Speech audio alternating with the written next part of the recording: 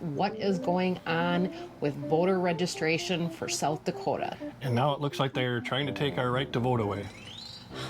Not cool. What are we going to do? I guess we might have to move. Maybe we don't move and just not vote? Maybe. This is not a video we want to be doing today. Nope, they're possibly taking our rights away from us. If you don't know who I am, I'm Deb. I'm Joel. Maya's laying over here napping on the couch, and we are chasing our sunshine.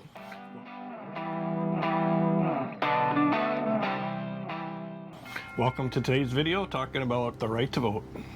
How important is the right to vote? Extremely. Like extremely important. Right. Our options obviously are is we could move from South Dakota to a different state. We could not vote. Well, we don't like either of those options. Nope. So hopefully they'll get this kinks worked out and we'll still be able to vote in the future.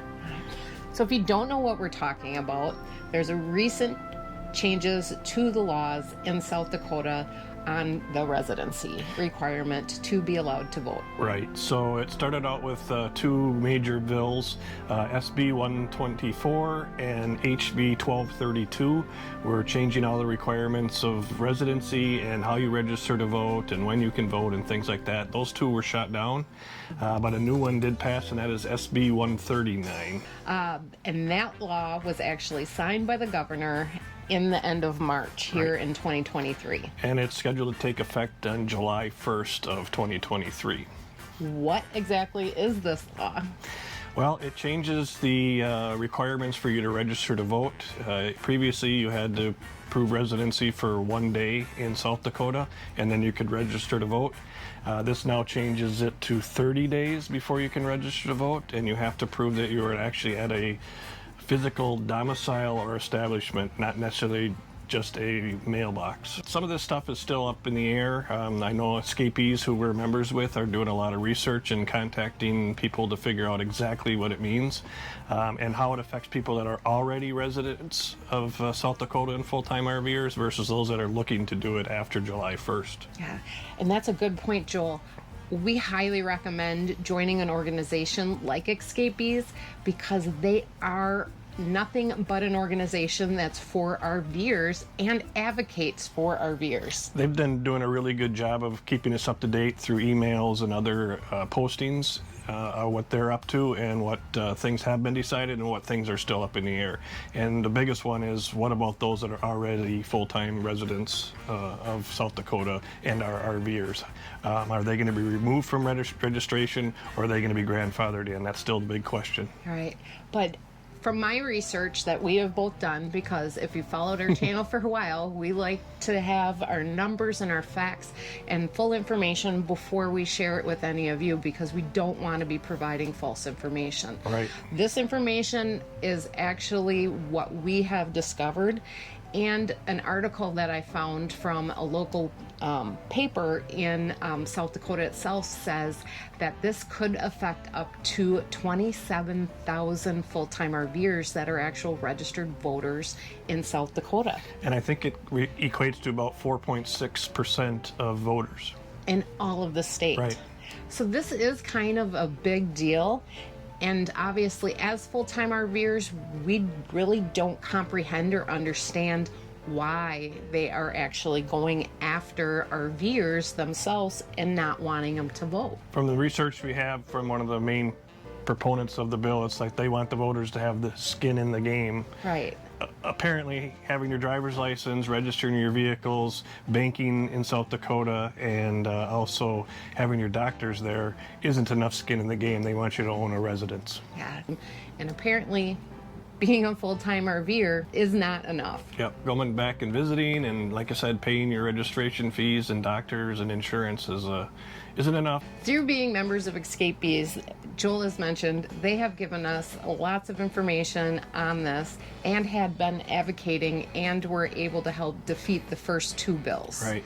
However, this latest bill that went through and was signed and goes into effect on July 1st passed and requires 30 days in the state prior. Then there's the arguments. Is this going to hold up? Can this make it through the courts, or is this a suppression of some group of people's rights to vote? Right. There's a lot of articles that we have actually read recently on this, and they're saying that because of them having the 30-day requirement, this might be upheld in court currently. I don't like to hear that. Again, the biggest thing for us, since we're already residents of South Dakota, is how is it going to affect us? Is there going to be a grandfather clause or isn't there? So that's the piece that's still up in the air. Escapees has been in communication with the South Dakota Secretary of State office, and they have provided escapees with the information that current registered voters will not be affected by this new law. Do you feel like we have some skin in the game? I feel like we have skin in the game. I'm like, we love the state of South Dakota. Yeah. We love the fact that they have actually been advertising for the last several years that they are the freedom state. Right. I'm like, how now are you the freedom state if you're not going to let full-time RVers vote? That's a huge question. It is. We are not very political people. No. We don't like talking about politics, but this does affect us. And it's something that everybody needs to pay attention to. Especially those that are thinking about domiciling in South Dakota. You're definitely going to want to do your research.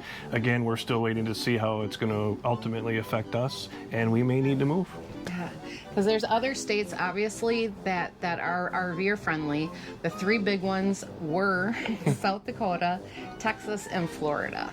We had eliminated the other two based on our needs and wants, what each state could offer.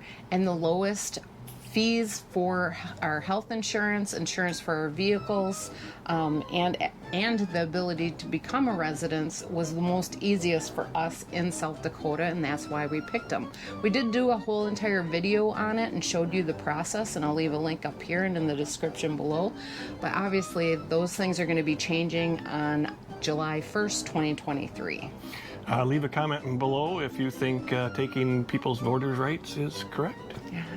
What do you think the motivation behind it is? Most of the time the thing comes down to the bottom line, which is the money.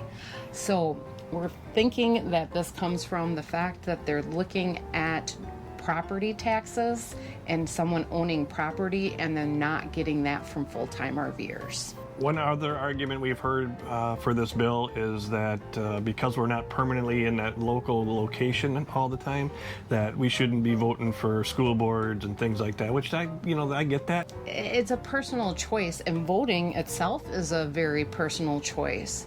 But being educated on what is going on in your area and looking at all your options is always so important to do. Yep. Get out and vote. If you can. Yeah, if you can, if you're allowed to. I said, at this point, we believe we're still going to be able to vote because we're registered voters already. However, when our registration is up and has to be renewed, we don't know what's going to happen. Right. Because a lot of the stuff that you can read on the bills is showing that they are not going to recognize personal mailboxes or campgrounds as an address, or Walmart. Yeah. But I said, these are the things, if you are looking to be a full-time RVer, that you need to keep up to date and educate yourself on. Right. And it's always important to pay attention to what's going on, even if you want to shut off the national news, because it's sometimes kind of depressing to watch. And Deb said it's, when you're becoming a domicile in a location, you want to do your research, and then you want to stay up to date on the changes that are occurring right now and may occur in the future. So we obviously said we have some options. I said we could always look at moving elsewhere, moving to Florida or Texas, again, as we had researched a year ago. We could just not vote, or I said we can just pay attention to what's going on. As of right now, we still, according to escapees and the communications we're receiving through them, we still have the right to vote. Yep. So at this point, we're going to stick with South Dakota because we absolutely love it. Yes. I said it's a wonderful state. We would recommend others moving there for full-time RVers. But it's a personal choice, and it's got to be the right one for you. And things can always change. It can. And with government, right, it could change tomorrow. For sure. We truly hope that this does not diminish RVers' rights to vote. However, this is something that, like we said numerous times in this video, that needs to be paid attention to. Because if it's happening in one state, it doesn't mean that it can't happen in another. Right. We hope we provided you with enough information, and we recommend joining a membership like Escapees because they can keep you up to date and they advocate for all RVers, which we absolutely love. I'll leave a link below to join Escapees if you're interested in the RV club. We have been members for 2 or 3 years now, and even took their boot camp when we first started out, and it was so helpful to help us on our journey and our start of being full-time RVers. And they will help you along the road. Hoping that the Easter Bunny brought all of you this morning great treats in your Easter basket. Happy Easter, everyone. And thanks for watching and coming along on this journey with us. And if you haven't yet, make sure you hit that subscribe button And ring that bell. so you get notified when our next video is out. And give us a thumbs up and let us know in the comments what you think about the new law going into effect in South Dakota. And we will see you on our next video, where we're going to be giving you a review of the Curry Hammock State Park in the Florida Keys. That was a good one. It is. We'll see you on the next video, guys. Thanks Bye. for watching. Thanks for coming along on our journey to be chasing our sunshine. Remember, life is about moments and not things, and you can always create your own sunshine and find us chasing it in our RV.